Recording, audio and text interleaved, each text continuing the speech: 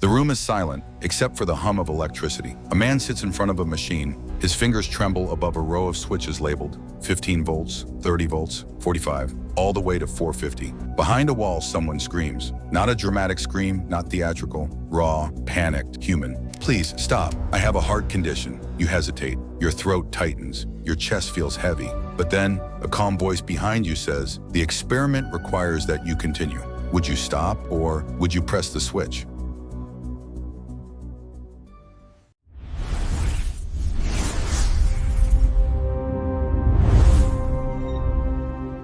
It's easy to believe you'd walk away, that you're different, that you're stronger. But what if I told you to? Most people didn't. This is the chilling truth behind the Milgram Experiment, a psychological study that revealed something deeply unsettling about human nature. Not monsters, not psychopaths, ordinary people, just like you. So the question isn't, who would do something evil? The real question is, why does the human mind obey, even when it knows it's wrong? Segment 1, The Disturbing History.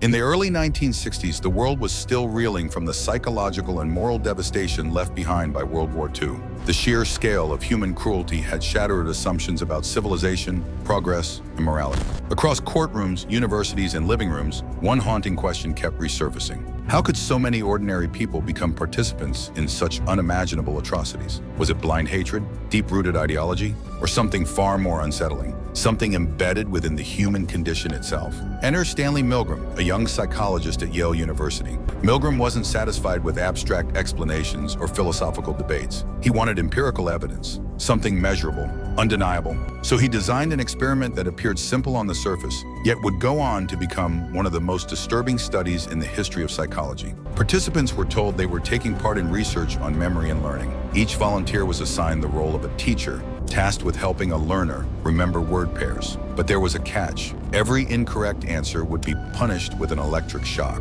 The shocks began at 15 volts, labeled as mild discomfort, then 75 volts, noticeable pain. At 150 volts, the learner would cry out in agony. By 300 volts, the screams became desperate, filled with panic. And eventually, there was silence. No response, no sound, just the chilling implication that something might have gone terribly wrong. But here's the hidden truth. The shocks were never real. The learner was an actor, and the agonizing screams were pre-recorded. The entire scenario was carefully staged, yet the participants didn't know this. To them, the pain was real. The suffering was real. The consequences felt terrifyingly real. And when they hesitated, when their hands trembled, when they turned to question the morality of what they were doing, a calm, authoritative figure in a lab coat would intervene. With measured composure, he would say, "Please continue," or "The experiment requires that you go on." And most obeyed. Not a small fraction, not even half.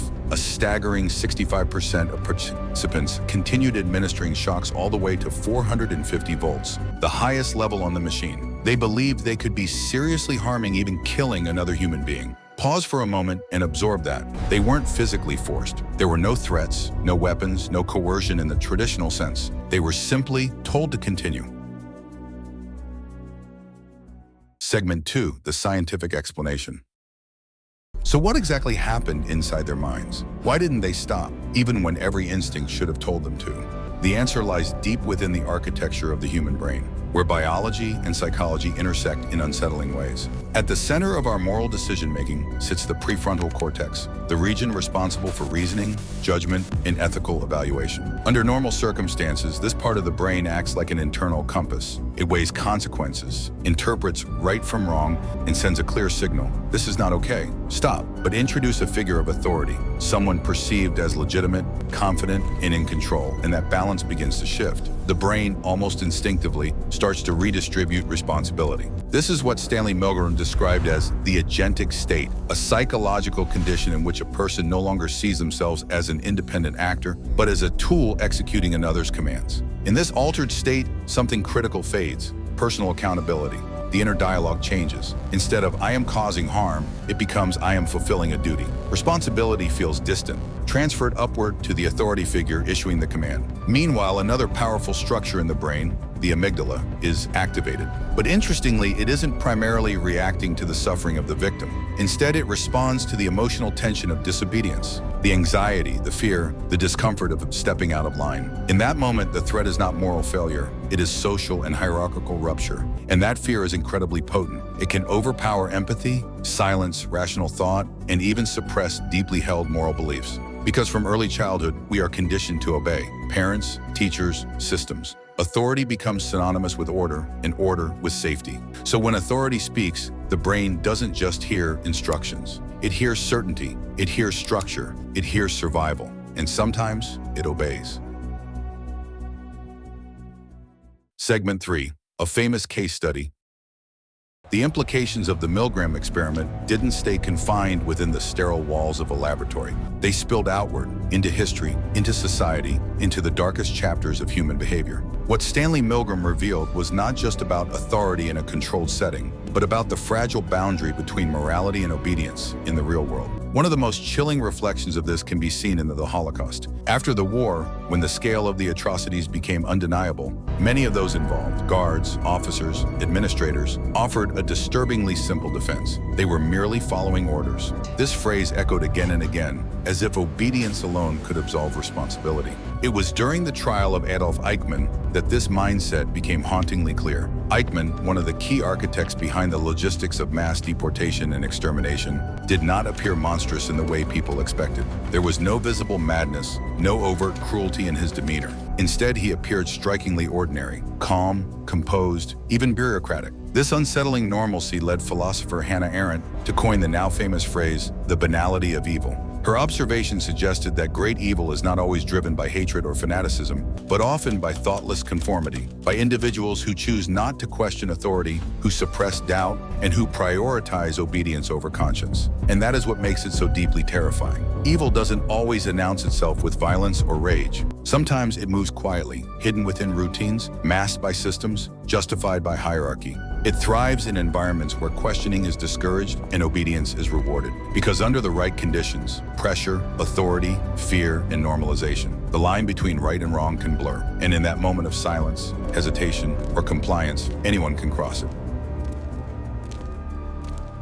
The twisted application. Now here's where it gets personal. You might think, I would never go that far. And maybe you wouldn't. But obedience doesn't always look like 450 volts. Sometimes it's subtle. Have you ever stayed silent when you knew something was wrong, just because a boss said so? Have you ever followed a crowd, even when your instincts screamed otherwise? Have you ever ignored your own conscience because it was easier than resisting? That's the Milgram Effect, alive in everyday life. It shows up in workplaces, in schools, in governments, even in relationships. It's that quiet voice that says, don't question it. Just do what you're told. Stay in line. And every time you listen to that voice, a part of your autonomy fades, because obedience isn't just about extreme situations. It's about small moments, repeated over time. Moments where you choose comfort over courage, silence over resistance, submission over truth. But here's the most disturbing part. What if obedience isn't the problem? What if the real danger is something even deeper? Something that doesn't require authority at all. Something that makes people act, not because they're told to, but because they want to. A darker force inside the human mind. One that doesn't just follow orders, but creates them. And that is why you need to watch the next video.